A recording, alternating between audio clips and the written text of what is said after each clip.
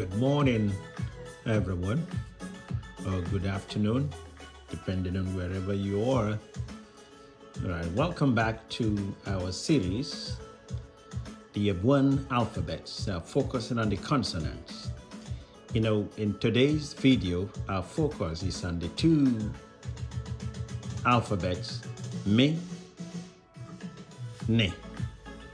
Me, ne.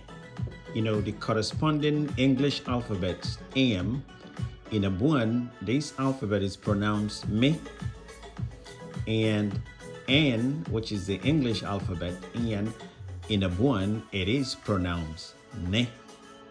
All right, so let's get right into business. In this series, remember what we do is to look for examples on how to use these two consonants. All right, so like I said, the video for today is M, that is the English letter, N, the English letter, corresponding to the Abuan letters, me and ne. All right, so let's start with me. All right, what examples do we have? Look at it. Me, a. This is a verb. Me, a. Me, a. And this is a verb. Ma, ma. And that translates the English word point. Point. Ma, point. Now, the corresponding situational noun for this verb is oma. On, me, a.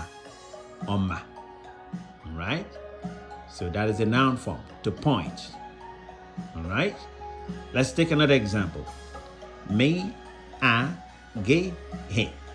Mac. Remember this combo consonant, we say it sounds h. So mac, that is a verb. Translate the English word call. Mac, call. All right? Okay? So the corresponding noun for this, the situational noun, or the corresponding noun for this verb, mac, is omac. Omac. Some would go ahead and add H there, hey, but it's not necessary because you are not confusing it with any common known words or synonym or antonym. So just leave it as it is, omac. That is perfect. On, me, a, ge, he. That is corresponding noun. Okay? To call. All right? Let's go right into another example. Me, o. Me, o. All right? Remember, when you tone mark the U, it would sound o. If you remove the tone mark, the U would sound u. So this is me, o. And that is a verb. Me, o. Mo. Me, o. Mo. And that translates the English word shine. Shine. Now, the corresponding situational noun is amo. Look at it. Here, you can spell amo as o. You can spell it without the H. But the reason why we added the H here is because there is a noun that would confuse us with the amo. See, this is amo, situational noun. See, we use the H sparingly. We're using it because we want to distinguish it with another word that would have been spelled the same. Here's the word, amo. Amo is a noun for sun. You see, remember, sun has so many names given in Abuan, see, and this is one of it, amo. Ogogo. Ogogo, okay? Amo. And amadio, there are several of them given. All right? Erumudio. See? Erumudio, that's another. So, but this is amo, which is also a name for sun. So, to distinguish it, to differentiate it from the situational noun, which is to shine, the H is necessary here. So, me, he, o. Amo. Nevertheless, if you decide that you want to spell the situational noun as o, me, o, it's still okay because the context would help. to determine what you're saying. But in this regard, in order not to have the ambiguity created, there's no, to clear the ambiguity, the best thing is to add the he or the h. All right? Like we said, use the h sparingly. Use this he combo sparingly. So, and that's a good example. All right? We'll see more of this in this video. All right? So, mo is verb, to shine. Okay, mo, situational noun.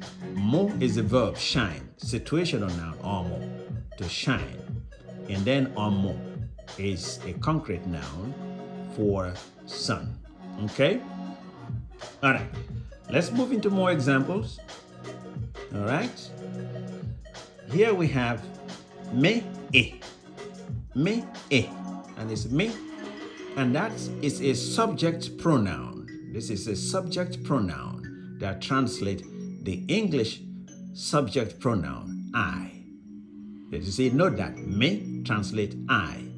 Okay? It's a subject pronoun. All right? The corresponding object pronoun is a, me, e. Amy. That is object pronoun. So that translates me. Me is an object pronoun. See?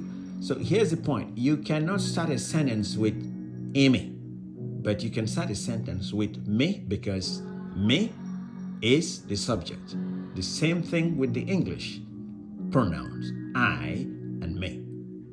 Me, all right? Amy, me. So you have to take note of these two pronouns, objects, a subject and object pronoun. Now, here's the thing. Some people would spell this with he in here. A, me, he, a. Just as you see it here. It's okay if you want to spell it that way because we haven't standardized our spellings yet. But if you spell Amy like this, it's okay, it's acceptable. Now, but it's not necessary to spell it that way because there is no ambiguity, there is no other words that would confuse us with Amy here. There is no other word, so it's not necessary to do that. But anyway, if you choose to do it, that's up to you. And we understand, and everybody understands. All right? Now, here is something we need to understand. E-me-e is not the same thing as E-me-e because these are not the same letters. I tone mark is different from I without a tone mark. So in no way do they come close for any confusion. And when we get here, you will see what we're talking about. So now we are with Amy, okay? Amy, which is me, all right? Now let's look at this. The next example. Amy, e, ni, e, me, e, ne. This is a prolonged vowel. This is a long vowel. So you have double A there. So this is eminemain. In Abuan, we pluralize things. If you are referring to suffering, referring to a group of people, okay, group of people or sufferings upon sufferings upon sufferings, you will use this, eminemain. All right? The Abuan man will pluralize that. He will not just say suffering. So when you use that, you have the plural noun, situational noun for suffering. Okay? So this is eminemain. All right? Okay. So the corresponding singular form of this noun is ominum. See? Ominum. O-me, e, ni, o-me. Ominum. See? Again, you don't need to add h here. He. You don't need he here. Some people will go ahead and put the, you don't need it because this does not confuse us with any other known word that is commonly used. So people understand. So leave it alone. You don't need, but if you want to go ahead and add your H, that's up to you, but it's not necessary. So, and that translates suffering in a singular form, which is a situational noun. Now, look at the corresponding verb for the, this is menum. See, me, e, ni, o, me. Menum. This is a verb, and it's a singular verb. Okay, menum, that is suffer. And the Remember, we talked about suffering, and now this translates suffer. And this is a corresponding plural verb, okay, for suffering or for suffer, okay, suffer. This is imenum. So, imenum, all right? So now you're referring to a group of people, so that's why you use a plural verb. And so you're referring to a group of people. You are giving the command to suffer. See, imenum. Menum refer to one person, right? That's why it's singular. See? Imenum, you're referring to a group of people. So you use the plural verb. All right? So how about this? Now, this is the one we're talking about here. Look at these two verbs under the same. Me-e. And this is me-e. This is me-e.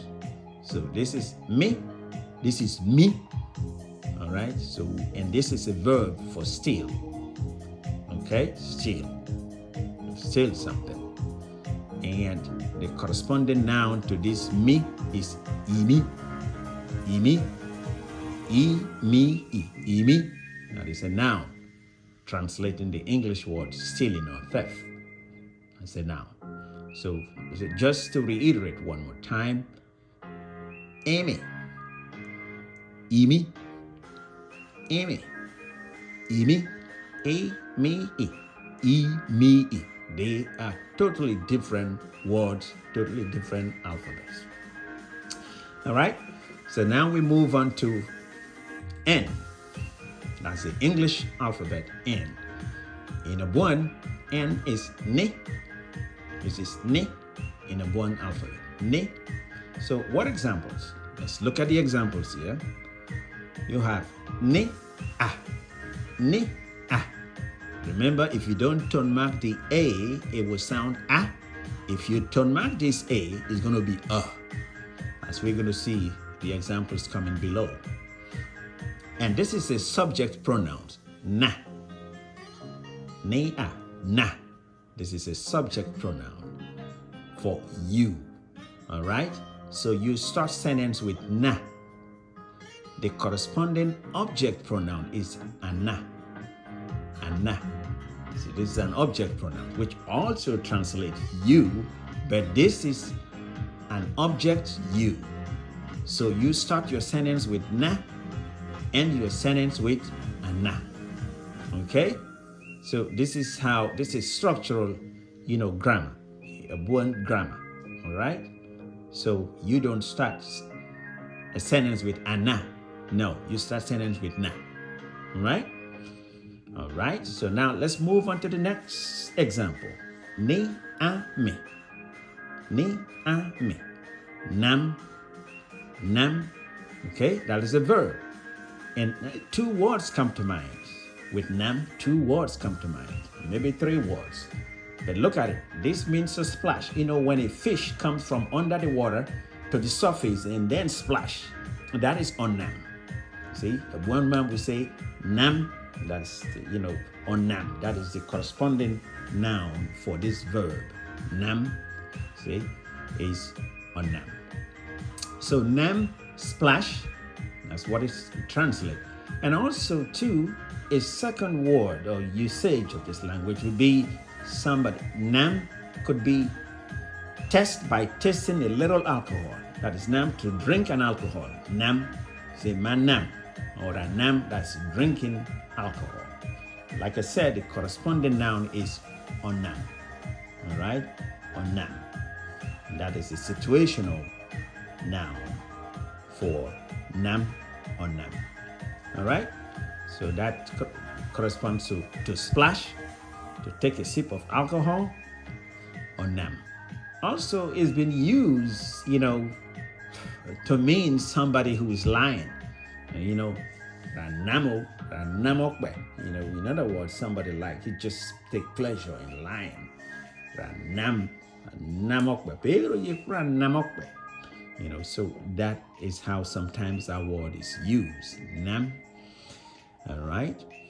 So let's look at another example. Okay, look at this. This is really interesting. So you see, see. So the the A is tone mark. The A is tone mark. So it's not going to sound A anymore. It's going to sound A.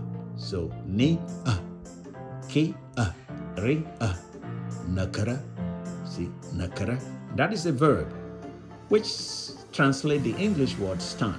Somebody who's very slow in responding to things, just stun, or not responding to stimuli right away, which is stunned and dazed.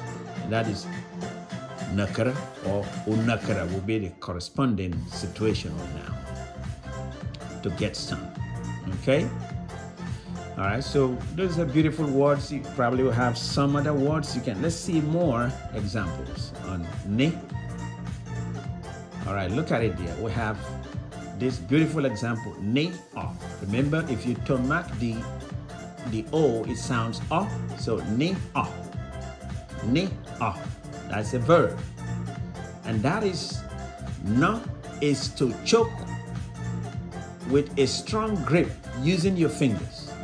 Especially when you target the neck area or the throat, when you're trying to choke somebody. Or no, it could be any part of the body, but you're strongly holding tight with your fingers, pressing on that part of the body. That is no. No, that's a verb. The corresponding noun is ono. O, ne, o, ono, which is to choke with the fingers. All right. Here's another example. Ne, e, ne, ne, e, ne. That's a verb. And that translates the English expression defecate, to defecate, to poop, poo-poo, like a being. You see? Ne. All right. So here you see on, ne, e. See? On it. The same expression like when we're saying on it. Is the corresponding situational noun. Look at how it's spelled. On, ne, e. You don't really need to add an H there. He, you don't need H. You don't need, but it's not necessary to spell it that way. That's the note that I put here. It's not necessary to spell it that way because on, ne, e, he does not convince, this on, ne, he does not confuse us with any other existing word that we use regularly. So, and the context will clarify things. There's nothing close to it. The only word close to it is spelled different. See, look at this. The next example will probably clarify this. O, ni, e is not the same as on, ni, e. They are two different words and two different alphabets used. See, this is high pitch, o, and so corresponds with, it goes along with the high pitch, e. See, on, ne, e. See, on it. All right? So that's good enough. But anyway, if you choose to put the H, that's up to you, but it's not necessary. All right? So what is oni? See, this is oni, different from on, e. See, oni. Oni, this is a noun, name of a fish. Name of a fish.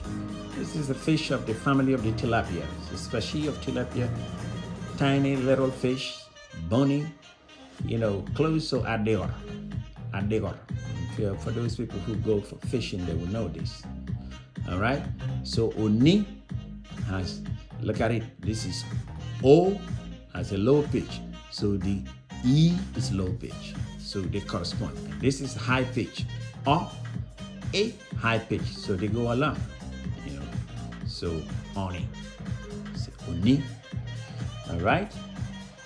So those are two good exampple,s and so we have more words we can use me and ne to spell, in Abuan language. What other words do you know? If you have any questions or you have other examples, you can post them on the comment section. All right. So our next video would focus on these two combo consonants. I'm not a friend of these two combo consonants, but people are using it, and I don't have a choice but to go ahead and use it. But these two consonants, I can argue clearly, they don't belong in our alphabets. And I will show you why in the next video.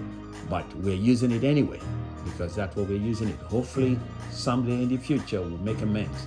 Now, this combo consonants, me, this is meh or me. This is how it is. Me. And this is me.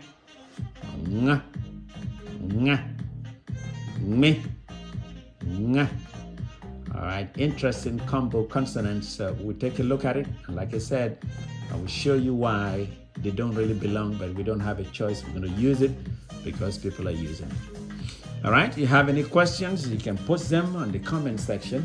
Thank you all for watching and see you all in the next video. Thank you.